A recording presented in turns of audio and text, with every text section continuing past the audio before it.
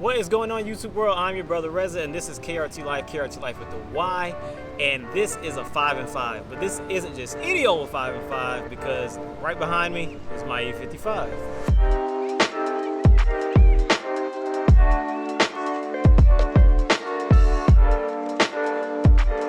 Alright, so typically when I do a 5 and 5, it's really easy and straightforward, straight to the point. I find a car, I go find the owner, I test drive their car, and then I talk about why I like the car, why I hate the car, and I pretty much edit it and I throw it on the internet, and that's pretty much that. But when I am reviewing my own cars, it is a lot harder for me to review my own vehicles, and I get really anxious about it, and I start overthinking things because I have a lot of thoughts that, wind through my head when it comes to my own vehicles. This right here is an E55 AMG Wagon. The pedigree is massive. It goes back to Mr. Carl Benz and his wife Bertha Benz. Carl Benz is largely credited with being the inventor of the modern automobile, and Bertha Benz was the first person to ever go on a long distance journey in an automobile. Since then, Mercedes and AMG have been races in Formula 1, in DTM, 24 Hours of Nürburgring, and so on. And Mercedes is extremely competitive when it comes to racing. So competitive that they have been pretty much winning Formula 1 for the last, I think, 5 years in a row. And this year, they're probably going to win another contractor's title again. And I'm pretty sure Valtteri Bottas and Lewis Hamilton are going to, get first and second overall. And Mercedes is just extremely good when it comes to racing. So their pedigree is amazing. And that brings us to cost. All right, so now we're going to talk about cost. These brand new were right at $100,000. $98K was about what you would see them, and then they could probably be optioned up a little bit more than that. So right at about $100,000. Nowadays in 2019, you'll see them on a regular basis for anywhere from $30,000 to $45,000, $50,000 depending on your mileage. This one right here has pretty high mileage on it. It's at 150,000 miles. So I paid $18,000 for this one, which I feel like isn't too bad. They hold their value really good. I mean, if you compare it to an E55 sedan, those you can get for about like $5,000, $6,000, $7,000 depending on the mileage. But I mean, this one's still considerably more expensive because it's pretty rare. And they were only made for 2 model years for import in the United States, which was 2005 and 2006. So in those two years, they only imported 169 of them, I believe. And of that 169, there were only 43 black and black E55 AMG wagons imported to the United States. This car is so rare that I've only seen a handful of them on the road. I saw one that was brown. I saw one that was gray on the outside, and it had a black interior. And I know that there was a white and black one that was in Atlanta, but I never actually saw it. But I know it was up for sale in Atlanta at one point. And those are the only 2 that I actually ever physically saw with my own eyes in real life until I bought my own E55 wagon. And because of that, the prices are still really high. So when it comes to the maintenance isn't too bad. It's pretty much just like any other E55 that you would see or buy. Just pretty much basic Benz stuff. But these are a lot more reliable, I feel like, than the regular just like E-Class sedans. You're pretty much just gonna do brakes, tires, belts, your regular wear items, and that's pretty much it. And other than that, these cars are extremely reliable, and they just keep going and going and going. So now we're gonna talk about reliability, functionality, and what makes this car so darn special. These are some of the facts that Car and Driver had about the car. It had a 0 to 60 acceleration of a Porsche 911 Carrera S. I actually owned a Porsche 911, and I thought my 911 was faster, but maybe Car and Driver's right. I don't know. I didn't have a Carrera S, so who knows. The quarter mile time of a Ferrari 612 Scaglietti. Never heard of that Ferrari before, but that's pretty darn good, keeping up with Ferraris. 0 to 150 mile per hour time of a Corvette Z51. A second quicker? Wow, okay. I guess it was a second quicker than the Corvette. The cargo capacity of a luxury SUV like the Cayenne Turbo or bigger. So I actually owned the Cayenne Turbo, and yeah, this has way more capacity than the Cayenne Turbo. Cayenne Turbos are kind of deceptive. Well, Cayennes, period. They look like they have a lot of cargo space in them, but they really don't. But this has plenty of space. What else? The exclusivity of an exotic And that is absolutely true, because like this car right here in black and black, there were only 43 imported to the United States, so that's pretty darn exotic right there. And it has the passenger capacity of a minivan. So this right here has 3 rows in it. Now it has a first row, it has a second row of seats, and then in the back it has the optional 3rd row seats that pop up from the bottom, but I'll show y'all that close up later. So if this car was so special, why was it so rare? And I kind of think that people wanted something like this, but car manufacturers weren't quite on par with what the actual crowd wanted. They didn't know that soccer moms and soccer dads would want a super wagon to carry their kids around. Nowadays in 2019, this kind of thing is kind of like not really common, but a lot more so common. Like you have like Cayenne turbos, G63s, the Audi RS wagons, the C63 AMG wagon, the E53 AMG wagon. I mean, Volkswagen makes a cool wagon. Jaguar, literally almost everybody makes an SUV or a wagon that's on steroids, is supercharged and really fast. But back in 2005, that wasn't really the norm. Let me just go into some of the features that actually make this car so special and make an E55 AMG a little better than a regular E-Class. And we're gonna walk up front first, so come along. Now the first thing that makes this car really super special and very reliable is the motor. The motor in this car is amazing. This is the legendary M113K engine, and the K is for compressor. And this motor is amazing. It's extremely reliable. It's hand built. It puts out about 470 horsepower and over 500 foot-pounds of torque. And I mean, with a couple of little bolt-ons and add-ons, this car can be taken from this docile state of 470 horsepower to a more aggressive 600-700 horsepower, depending on how far and how hard you want to modify this car.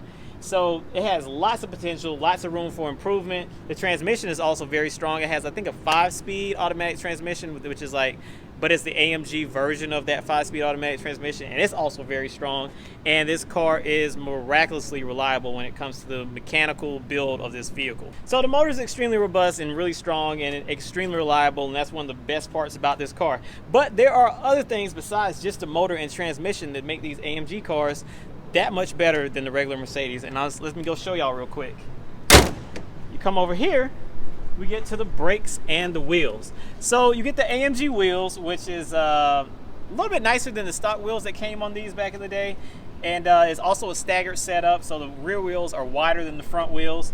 And under these wheels, you have these awesome Brembo brakes, front and rear. And these things stop like amazing, like just like that, stop on a dime, boom. They work great, they're quiet, the operation is pretty much seamless. And when you're going really fast, you want to make sure that you can stop really fast as well. And then moving forward from that, you also have the AMG body kit, which, you know, it adds a little bit of aesthetic flair to the vehicle, but it's one of those things that they also had, you know, kind of not AMG cars that had AMG body kits, but that's give or take. Now we can move on to the inside, which is one of the best parts of the AMG vehicle lineup, is the AMG interior. So the interior goes through and throughout the car. So you have your AMG door sills, you have your AMG seats. I don't know if you can see the AMG seats from that area. There you go. But we have the AMG seats, and these AMG seats are huge, they're plush, they're extremely comfortable, and they make a very, very good, nice place to sit. You also have your dash, which is different from a regular Mercedes. Your dash is the AMG version of the dash, but it says V8 compressor right here to remind you that you're driving a really, really fast car. It also says AMG over there on the clock. And then if you look over here, your clock, not your clock, but your speedometer goes up to 200 miles per hour. Now, can this vehicle actually go 200 miles per hour? I think it's electronically limited to 155 miles per hour. But maybe if you're going downhill and you had a tailwind, you could probably get up to 200 miles per hour. Okay, so what else makes the E55 AMG Wagon so darn exclusive besides all the things I just showed you? All right, let's go around to the back of the car. So you get this amazing AMG quad exhaust that sounds great as it comes factory, but you can do some kind of tricks to these things to make them a lot louder and a lot more robust. I like mine stock. I don't like mine too crazy loud, but you get the AMG quad exhaust, and the AMG body kit goes around the back of the car as well. And we're gonna go inside now. We're gonna show you something that not only being an AMG about this car makes it special, but the fact that it's an AMG wagon makes it even more awesome. So if you look back here, you can see all the stuff that I have back here as I go about my day-to-day life. Let me take all this stuff out real quick. I honestly forgot this stuff was back here, so let me go ahead and move this out real quick. See how much stuff you can put back here? Now, that in itself is one of the most amazing things about this car, is that you have a car that's 500 foot-pounds of torque, 470 horsepower, and you can actually store stuff in it. Like, I literally had 2 wheels, stuff that I'm taking to Goodwill, and all kind of other stuff in this car, and I still had room to put even more stuff if I wanted to. I've actually moved in this car. I've used this car to carry like sound equipment. Like, I've done a lot of things in this car that you can't do in your average 470, 500 horsepower car. Like, most cars with that kind of rating, you only get 2 seats and a trunk boot thing, and that's it.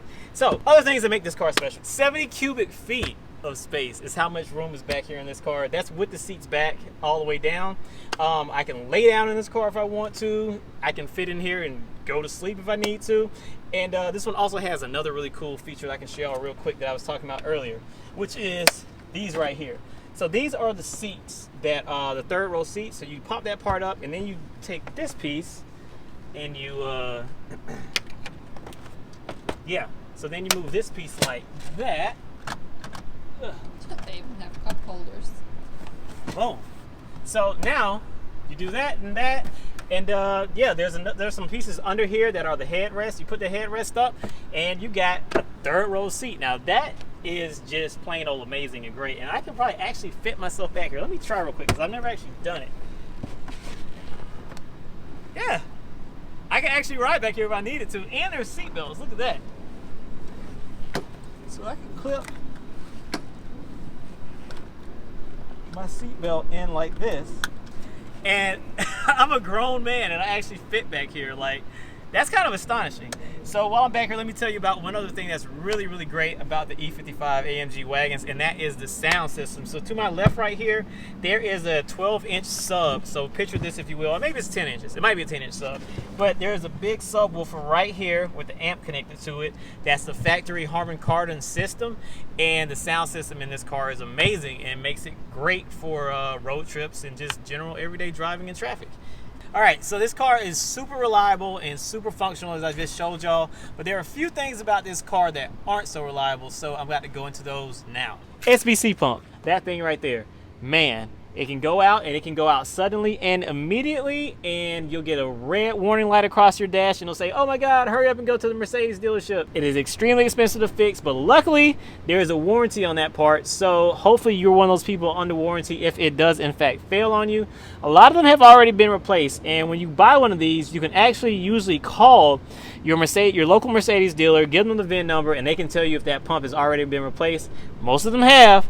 But just in case, be wary of it, be mindful of it. If it goes out, it's expensive to replace. SBC pump.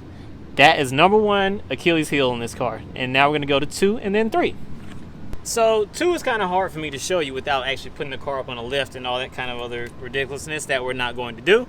But it is right behind this tire, and it is the suspension components on this car. This car has an air suspension with airbags all around on all 4 corners, and then it has a air compressor in the back that compresses all the air for that. These bags leak, and when the bags leak, the car will start sagging. It'll probably sag like this, or do like this, or who knows what, or just be completely flat on the ground. Or what will happen, and this is what has actually happened to me on, I think, 2 of my E55s, the suspension will just suddenly just fail, and you'll get like a pop bag here or there, and then the whole thing goes out, and next thing you know, you're like riding on the ground. So if it does go out, it's not the end of the world though, because there are aftermarket companies like Arnott in Florida and a couple of others that make aftermarket suspension components for these cars, so you can buy them a lot cheaper than they cost at the dealership, and they're fairly easy to install. I've actually had to do this twice, not on this car, but my other 2 E55s, and I did it in the parking deck, and it took me like less than 45 minutes. So it's pretty easy repair if you're savvy with the tools, and definitely not the end of the world unless you go to the dealership. Suspension, that's #2. So right here, this is the 3rd major issue that you should look for in E55s, and it's not the fuel cap, but it's the actual fuel tank itself. This car is very, very easily susceptible to ethanol. Ethanol can ruin this fuel tank. It can make it crack. It can make, let me close that back up, that stinks. It can make it crack. It can make you actually have like fuel vapor in the actual cabin of the car. Worst case scenario, it will actually leak to the ground. Luckily, that is also under warranty, so you can call your local Mercedes-Benz dealership and you can say, hey, my fuel tank is leaking, is my car under warranty? They can tell you, number one, if it's already been replaced or not, and two, if your car is still under the warranty, they will replace your fuel tank at no charge, and your fuel sending units and whatever else needs to be pretty much replaced as far as the fuel system goes.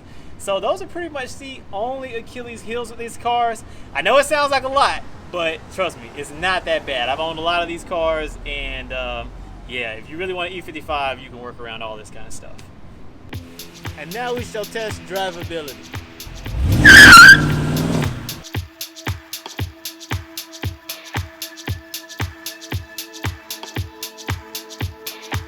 Drivability of E55 Wagon is pretty much just like the E55 sedan. I mean, it does feel a little bit heavier, it does feel a little bit longer, and it does feel a little bit more wallowier, if that's a word. Like, it's it doesn't drive like a 911 or something like that that's really tight. And this, now the other day I was doing something and I was describing the suspension on the 911 as tight, but when I mean by tight, I mean that the suspension is very firm and precise. The steering is very firm and precise.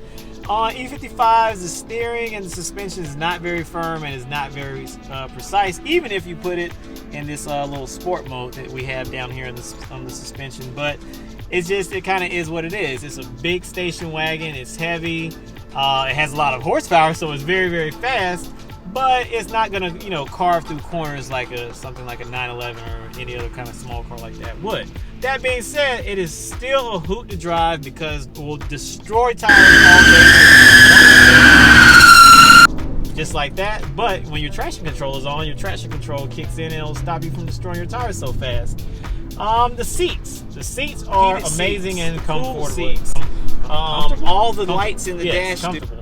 If you've been in any AMG car, especially anything newer than 2005, they all have these big, plush, massive AMG seats that they feel like, you know, those executive chairs that you see in, like, you know, office buildings and stuff like that are like really, really nice and really super padded. That's pretty much what an AMG chair is like. And it is definitely a step up from a regular Mercedes chair as far as I'm concerned. Like, they're extremely nice, and it's a very good place to sit your behind if you're going on a long journey. And that's what these cars, I feel like, are perfect for. E55s are great for long journeys, especially this one right here being a wagon, because you can put all your stuff in there, you can put your gear in there, whatever you're taking on your trip, and you can just cruise down the highway comfortably at whatever speed you so choose that is legal, and be very, very comfortable while you're doing it. We recently went on a road trip and we took our GX 470, and it was very, very comfortable as well. But when we've done long trips in this car, it's just a whole nother level of comfort versus our like the 911 that I had before I got this car. The 911 long trips, you would start getting kind of crampy and you would start feeling like, oh, okay, well, when are we gonna get out and take a break? But these are very, very comfortable. E55s drive great as long as it's dry outside. If it is wet outside, this is a complete different beast of a car. To put it simply, if it's wet outside, if you have something else to drive that instead. That got me thinking, when I had my 911, whether it was wet, whether it was dry, whatever it was, that 911, it had massive amounts of grip. Like, when I initially purchased my 911, I was really scared, like, oh my God, I don't want to spin around and, like, you know, kill myself in this thing, because it didn't have any traction control, it didn't have ABS. I had a 996, so no, maybe it did have ABS, but it didn't have all the other stuff. And I was kind of like, let me respect this car this is a decent amount of power to weight, and, you know, I don't want to, you know, wrap myself around a pole. So driving that around, eventually I got to the point where I got so frisky with that car, I used to try to make it break grip, but it was so difficult, especially when it was dry, to make that thing burn out. Even when it was wet, I really had to get on it to make it do a proper, like, you know, for the back end to oversteer. And it was only a handful of times I was ever able to make that car do that without doing anything super, super extreme. This car, on the other hand, if you just look at the gas pedal the wrong way, the back tires will spin and the car will be sideways. That's just the nature of AMG. So drivability is, I would say, really, really good. But another thing is, I drove a 911 Targa GTS like 2 days ago. And God, I just fell all in love with Porsche all over again. So it's like, drivability is really good, but there's definitely a but there. Well, that was a super nice drive, but I mean, I expected it to be super nice because it's my car and I drive it all the time, duh. So now we're gonna move on to curb appeal. And I think curb appeal might be one of the most debatable aspects of this car, because this car is such a unique and such a rare vehicle. You have to know that it exists before you can even love it. And when I got this car, majority of people were like, oh, you got a station wagon, why did you get a station wagon? And I don't like it having to explain and be like, oh, well, I got this because of blah, blah, blah, whatever. So I let the car speak for itself. And I mean, this car speaks for itself best in numbers. Almost 500 horsepower, almost 500 foot-pounds of torque, 70 cubic feet of cargo space, like just beauty on top of beauty. The thing drives like a bat out of hell. I mean, this is an amazing, amazing car. And it's super rare, 43. That's a number that is like, you know, the number of all numbers. I mean, 43 is, that's lower than Lewis Hamilton's racing number. 43 is lower than what Barack Obama was president, 44. What's his name? Michael Jordan, when he was like 45? No, he was 23. Damn. Oh well. But you get what I'm saying. This car is really, really rare. So numbers speak for itself. I don't have to explain to anybody why I got E55 Wagon instead of anything else. What else about curb appeal? Oh, the other thing is that, okay, so when I had my G-Wagon, right? When I had my G-Wagon, people would run up to you with all types of, like, I guess, pre-thought of ideas of, oh, this guy is a baller, this guy's rich, let me go and ask him for some money, or overcharge him or harass him. With this kind of car, you don't get those kind of problems. In fact, 99% of people who see this car don't even realize they're seeing a car so rare. They just walk right past it. But it's the few people that actually really like cars and know cars that will stop and come up to you and be like, oh my God, that is an E55 AMG Wagon. I've never seen one in real life. Can I please take a picture, or can I look at it? Can I check it out? And it happens so few and far between. It's only real gearheads. I actually appreciate, you know, when those type of people stop me and want to take a look at the car, because I understand what it's like, because I was the same way before I owned this car. Every time I saw one, I would stop the person, which was only 2 times, and I'd be like, yo, oh my God, you got an E55 Wagon, like, that's my dream car. But that's one thing I really sincerely appreciate about this car, the rarity. As soon as we start recording, the wind started getting crazy, but the sun is in a rush to go down, so it's time to do a quick summary. And yeah, let me just go back through this thing. So, okay, E55 Mercedes wagon, what do we think about it? Pedigree, obviously that's a 1. I mean, I don't have to say too much about that. Cost is still kind of expensive. So even though this car is like already, you know, this is 2005, it's an old car, high mileage, but it's still really expensive. Half point for cost. So that's 1, that's a half. Can you hold that for me? Let's see, what are we gonna go to next? Reliability. Reliability is actually pretty darn good, especially for a car of this vintage. So full point for that. So then we're gonna go to drivability. Drivability, this is a complex one right here. Don't really know exactly how I feel about drivability, because on one hand, they're extremely comfortable, they drive very well, plenty of power, but on the other hand, they're terrible if it's raining outside. The suspension is kind of wallowy, the steering could be a little bit more accurate. So I guess I'm forced to say a half point for drivability. And I guess that brings us to the number 1 and number, what am I even saying? I have no clue. Anyway, that brings us to curb appeal. So what are we gonna say about curb appeal? Well, that thing looks beautiful to me. Like, to me, that's a 1 all day. Like, it gets a point all day for curb appeal. Like, I like wagons, first of all. Let me just say that. And this is probably one of the most beautiful wagons ever made. But now that that new Audi wagon is out, that's like super, super dope.